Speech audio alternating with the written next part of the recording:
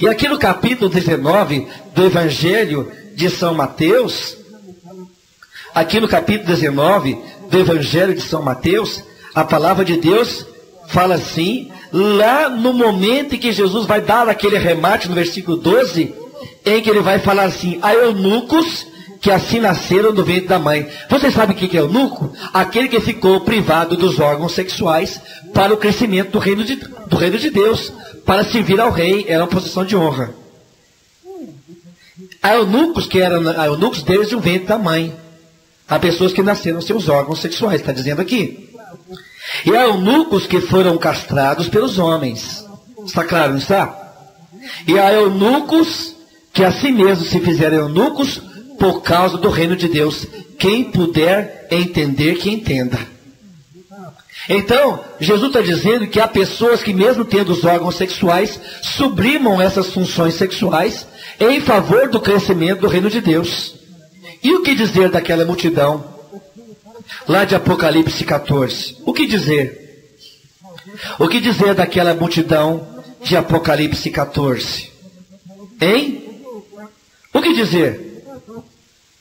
O que dizer daquela multidão de Apocalipse 14?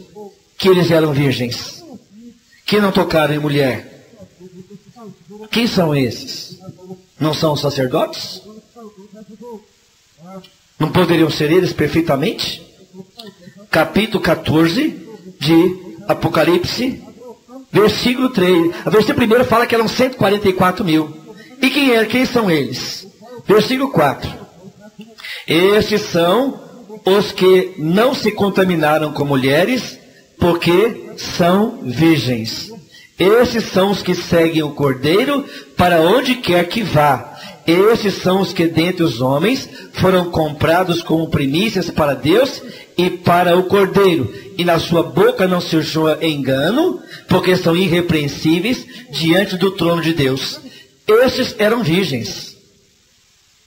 Esses lá na multidão do céu eram virgens. O que dizer desses então? É claro que isso aqui também é simbólico. Mas eu quero mostrar a vocês que no capítulo 7 também da carta aos Coríntios, o próprio apóstolo São Paulo, ele fala que ele dá o exemplo dele, que ele era um homem casto e ele se abstinha do sexo, ele não se casou, para dar o exemplo que aquele que é solteiro cuida das coisas de Deus. Só para arrematar, hein? 1 Coríntios 7. Porque eu sei que essa pergunta sempre surge. Então já estou adiantando. Aqui fala no versículo número 7.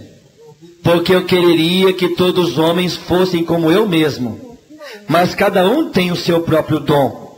Um de maneira e o outro de outra. Quando o sacerdote ele faz a opção para ser sacerdote, ele sabe que terá que guardar a castidade. Ele sabe. Ele faz a opção livremente, ele não é obrigado. É uma vocação. Versículo 26. Versículo 25, olha aqui. Ora, quanto às virgens, não tenho outro mandamento do Senhor. Dou, porém, o meu parecer, como quem tem alcançado misericórdia do nosso Senhor para ser fiel. Tenho, pois, por bom, por causa da instante necessidade, que é bom para o homem estar assim como é. 27. Estás ligado à mulher? Não busques separar-te.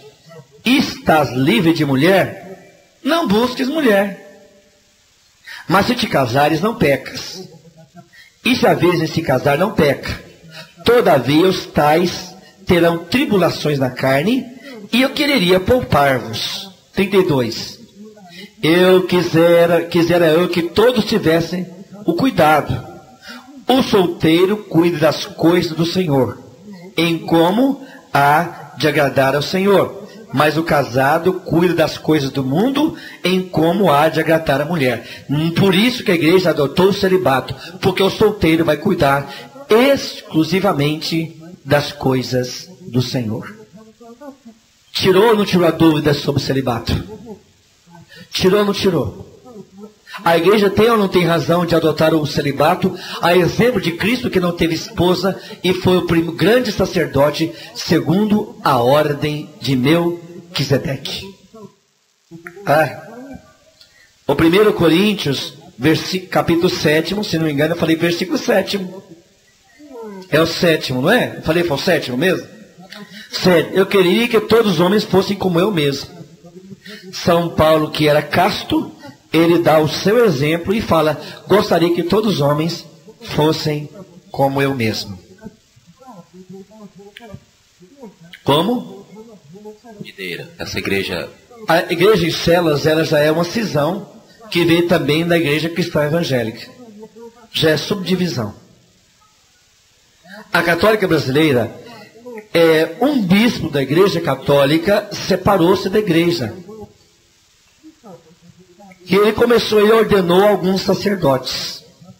Enquanto ele ordenou esses sacerdotes, todos já morreram. Esses sacerdotes eram de fato sacerdotes. Porque a igreja não pode, de forma alguma, retirar o sacerdote. A pessoa é sacerdote eternamente.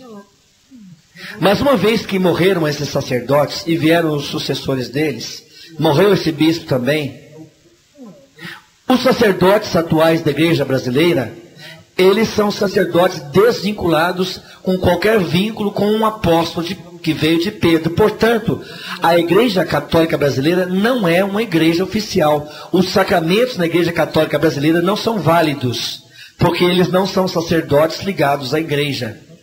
Se alguém se casou com algum daqueles sacerdotes antigos, se alguém se casou abençoado por aquele bispo antigo, então o casamento é válido. Porém, atualmente, qualquer casamento na igreja brasileira, qualquer batizado, não é um sacramento válido. O casamento é o único sacramento em que os ministros do sacramento não é o celebrante, mas o ministro do sacramento são os noivos. Então o casamento, ele pode ser celebrado com uma testemunha oficial designada pela igreja. Inclusive, existem leigos que possuem esse mandato da igreja de celebrarem o casamento.